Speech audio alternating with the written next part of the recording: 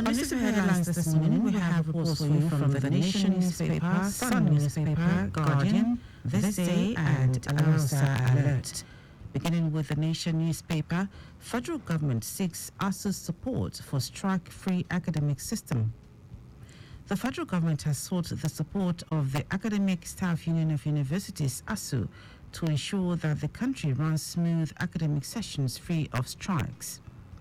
The Minister of State for Labour and Employment, Nkeruka Onyejacha, made the appeal after a meeting with the union's leadership. She urged the union leaders to join forces with the government for national progress. NAFDAC seeks stiffer counterfeiting law without fine option. The National Agency for Food and Drug Administration and Control, NAFDAC, has promised to remain resolute in its commitment to rid the country of counterfeit drugs and unwholesome products. It affirmed that threats to the lives of its officers, as well as the recent negative press concerning the activities of fake drug manufacturers and sellers of substandard food and beverages, would not discourage its effort at ensuring the safety of drugs and food consumed in Nigeria. Tetanus, diphtheria threatening expectant mothers, says NPHCDA. The National Primary Healthcare Development Agency has said tetanus and diphtheria are threatening expectant mothers. It recommended immunization for the safety of the expectant mothers and their babies. NPHCDA's Executive Director, Dr. Muyi Aino, announced this in an interview with NAN yesterday in Abuja. Federal government determined to ease forex pressure, says Trade Minister. Industry, Trade and Investment Minister Dr. Doris Uzoka Anite yesterday restated the federal government's resolve to ease the pressure on foreign exchange. The minister said there was no going back in the President Bola Ahmed Tinubu-led administration is clearing all the bottlenecks in making Nigerian environment investment friendly. Moving on to the Sun newspaper, Tinubu slashes convoy for self, wife, other government functionaries by 60%. In a major cost-cutting measure, President Bola Tinubu yesterday approved a slash in the size of official delegations for foreign and domestic trips by up to 60% with immediate effect. Special Advisor to the President on Media and Publicity, Ajuri Ngelale, made the disclosure to State House correspondents at the Presidential Villa yesterday. A bit of sports, Osimhen vows to make up for Nigeria World Cup heartache. Newly crowned Africa Player of the Year, Victor Osimhen, hopes to turn the sufferings of Nigerian supporters into joy with an Africa Cup of Nations title.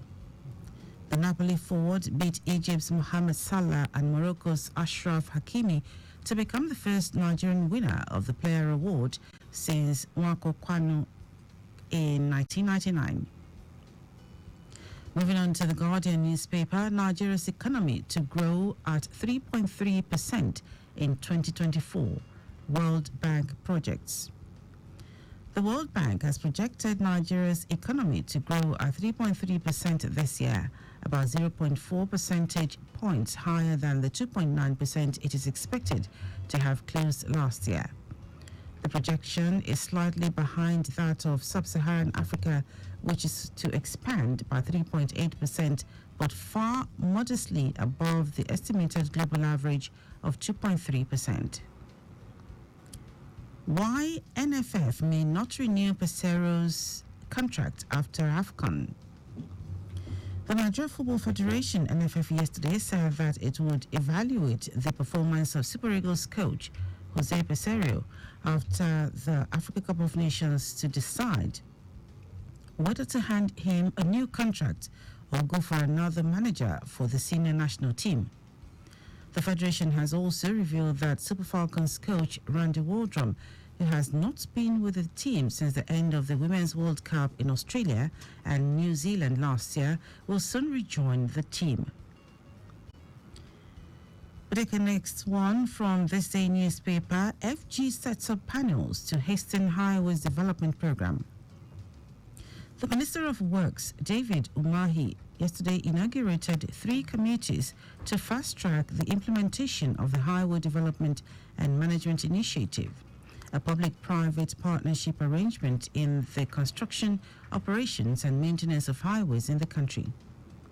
The program expects concessionaires to recoup their investments through toll and non-toll revenues as may be negotiated, says a statement from the ministry. Naval Chief attributes Nigeria's oil increase to military's tenacity. The Chief of the Naval Staff, Vice Admiral Emmanuel Ogala, has attributed the increase in oil production in the last 6 months to the good job done by his officers and men working in the oil-producing areas of the Niger Delta. Ogala, who said this yesterday when he paid a familiarization visit to officers and naval ratings in the Central Naval Command, Yenogwa, the Bayelsa State capital, said that oil production increased after troops took over security duties in the areas. I'll take the last one from Alausa Alert.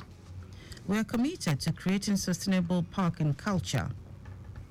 Creating a sustainable parking culture will help address indiscriminate parking, create more parking spaces, and promote a good parking culture in Lagos State. The government is therefore irrevocably committed to promoting a system that will assist in sustaining a well-articulated parking tradition in the state. Commissioner for Transportation, Mr. Oluwaseun Oshiemi, who revealed this in Ikeja during a familiarization visit to the Lagos State Parking Authority, LASPA, stressed that the government is resolute in creating a more sustainable and efficient parking environment. That's it. You can pick up a copy of any of the Dailies. Go online to read more. Also, interact with us via our social media platforms: X, Lagos Traffic 961, Instagram, Lagos Traffic Radio 961, Facebook, Lagos Traffic Radio 96.1 FM. You can also subscribe to our YouTube channel, Traffic Radio 961, and follow me across social media at Dele Agadumo. Hello, everyone. This is Tony.